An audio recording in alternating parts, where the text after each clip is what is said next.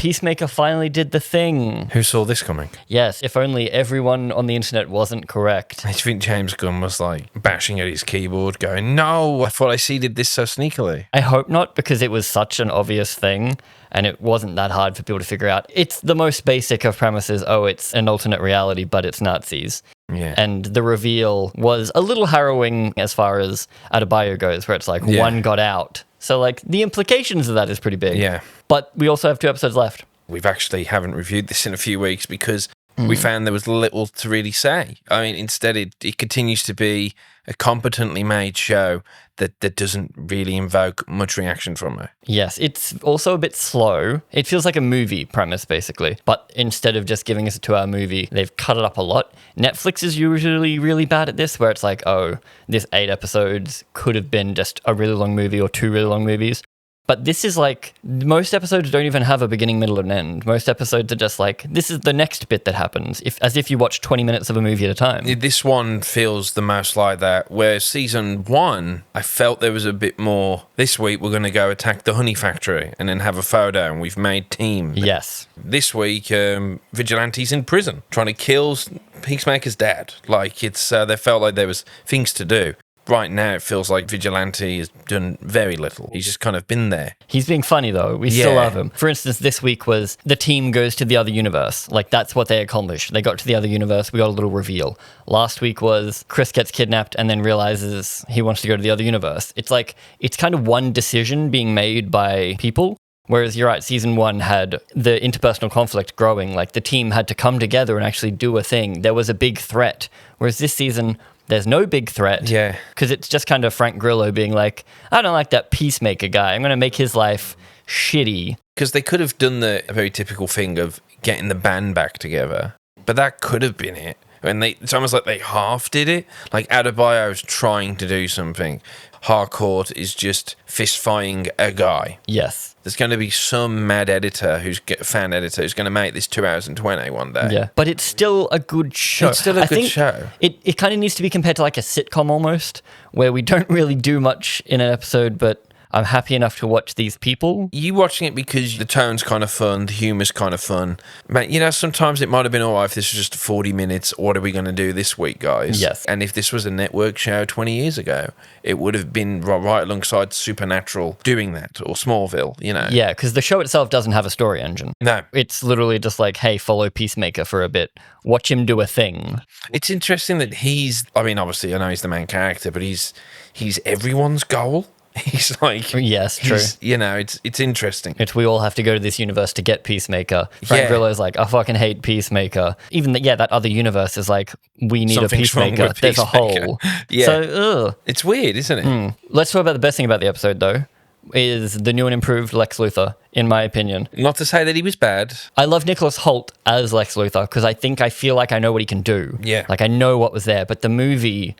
It feels like he's found his voice in this one. Like Literally. he has more of a Lex voice. He filmed a whole movie with one tone, and then he was able to think on it. Yeah. Or maybe he used the fact that he lost to Superman to really bring him down. Mask off. Yeah. Yeah. Also, Superman, there's a whole arc where Clark Kent and Prison Lex have to do stuff together. Oh, so that'll be Man of Tomorrow. That's probably what the visual is, what they're thinking. People think the Man of Tomorrow is actually going to be Lex. Because that's the whole thing, is that Lex would have been the man to save the world if Superman wasn't there. Because he's the pinnacle he's the pinnacle of humanity, apparently. Yeah. The biggest reveal, though, was that this is the universe where literally everyone is subscribed to Bergenbeard. I mean, I would...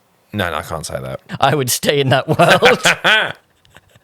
Jesus. Lex leads us to another cameo coming next week, which we're thinking just kind of seems like the Hammer of Baravia. Yeah, even though we assumed he was CUB Bizarro in like 2 or 3 movies from there. Yeah, because he definitely falls into the black hole. Yeah. But you don't see him, but you see like a white guy that sounds like David Corenswet doing his half Hammer of Baravia voice. Yeah. What's my reason for helping you? The Hammer of Baravia will never forget. So that's who it seems like it should be. And like you said, backup clone maybe. Which could be a Lex thing. It would be a very funny James Gunn thing. He's like, oh, I always expected this. Here's 2. But like, it'd be stupid. But maybe the internet has other ideas. Please tell us what you actually think. the eagerly stuff, like, is just kind of funny. That's a lot of the show, really, isn't it? It feels like it probably could have been 3 episodes, but because James Gunn's sticking in random humor, and it's not just like short quips. It's definitely not MCU quips. No. It is weirdly drawn out things like Adrian hates his mum, even though she's a lovely lady. So Adebayo's like, oh my God, you're lovely. Adrian's been telling his mum that he's dating Harcourt. So like there's that whole thing. So it's like, it's funny, but it definitely goes on. Yeah. And like Economos, especially with Tim Meadows. He made me laugh. It's like he's fine all the time, but it's like it's when he's properly used is when he's great. Yeah. And there's a right time and place for that. Very flat delivery, somehow over enthusiastic but flat that only he can seem to do. And it would probably work better for me if he was the only one doing it. But because everyone's ridiculous, like, how are we supposed to take Argus as a threat when they can't take down Peacemaker? Like, they can't even take down a bird. They can't take down Eagly. That's true. These are the people that took down Superman in the last movie. I know Ultraman helped, but Frank Grillo is meant to be the Nick Fury, but S.H.I.E.L.D. was never shown as incompetent. We did get almost a Starro confirmation because he said, my son died fighting a big starfish. I was like, we actually have an audible confirmation of that. Like, because, they did not show it or mention. It's probably not that serious, but yeah.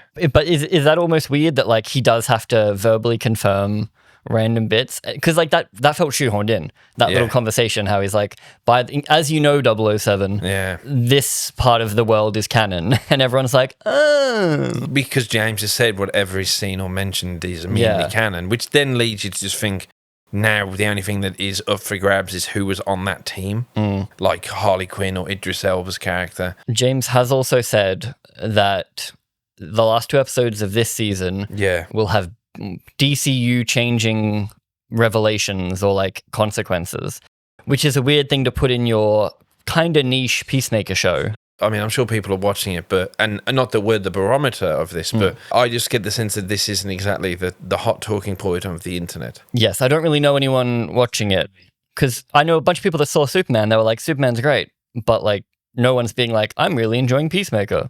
Like a lot of James Gunn projects, it is forever just impressed with itself just a little bit too much. Like, it's quick little episode titles, and personally, I do not care for either intro. I think the intro for this with the music, it thinks it's really iconic, and maybe some people think it's an iconic song and an iconic opening, but I think it's just really boring and I skip it every time. Season 1 worked for me. Not every episode, because I can skip what I'm watching. Yeah. But it's a minute and a half. Yeah. The episode is 36 minutes long, and a minute and a half of that is just their dancing intro that doesn't change.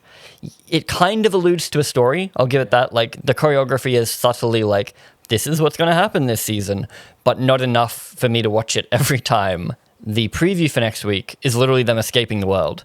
So that's the synopsis of the episode. So I think they need to do something huge, but again, whatever they do, I don't think it should affect the DCU, because one of the things we liked about this show early on in the season was like, it's just a fun little show that you can watch if you want to. But I guess budgets don't allow that, maybe. It seems like a cheap show, though. Yeah, because I would have liked it if they keep it small enough. Here's what Peacemaker did that summer, and it's not like this important thing to have. If anything, it just like takes up more time. But you're completely right. Why is it so hard for Argus just to pick this guy up? Because the show needs to happen. The same reason Economos eats an apple in a kitchen when anyone that comes in will kill him. Like, how many times have they went to his house and failed now? 3-4 times? With different teams from Argus too. It's not like they trusted the wrong guy. It's a bit stupid. Yeah. So that's what I mean by, like, if anything, they're hurting Argus. And sure, he's doing it off the books, but it's not like he's doing it completely off the books, sending small teams. Do they have a working relationship with Maxwell Lord and could potentially get the Justice Gang in to help? It seems like yes, but Rick Flag is doing it off the books, but not enough off the books, because it actually is on the books because he's sending real teams. And also Chris has a WMD. He has a reason to invade him. If it was fully vendetta and he was sending like only covert stuff, maybe. There's been stuff of Rick dealing with the fact that his son's dead, but then also, I don't think there's also been enough. Other than just, yes, it would be sad and annoying to have your son's killer running around being heroic. Yes, I agree. But also, I mean, don't they say to him at one point, you know, Amanda Waller directly told him to do it, we've all done shit. She goes, yeah, but we've all told her to fuck off as well.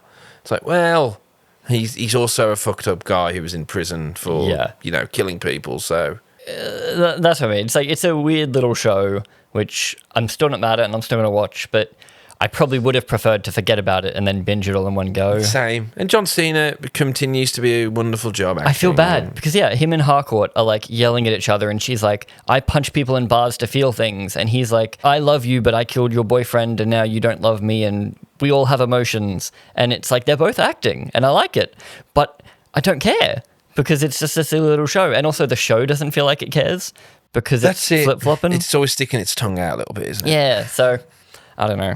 But what do you guys think? Are you guys keeping up? Is it enough for you? That's the question. Is it enough to bother? Because they need you to watch it weekly because then there's buzz about it. Whereas if everyone waits a year or two, binges it before the next movie because it matters, then they're going to lose people. Right. Thank you very much to Jonathan Bowling. I need to make a proper screen for this. Everything is happening really quickly. I need to make like an end credits thing. Well, we appreciate Thank you. it. We do. You keep the lights on.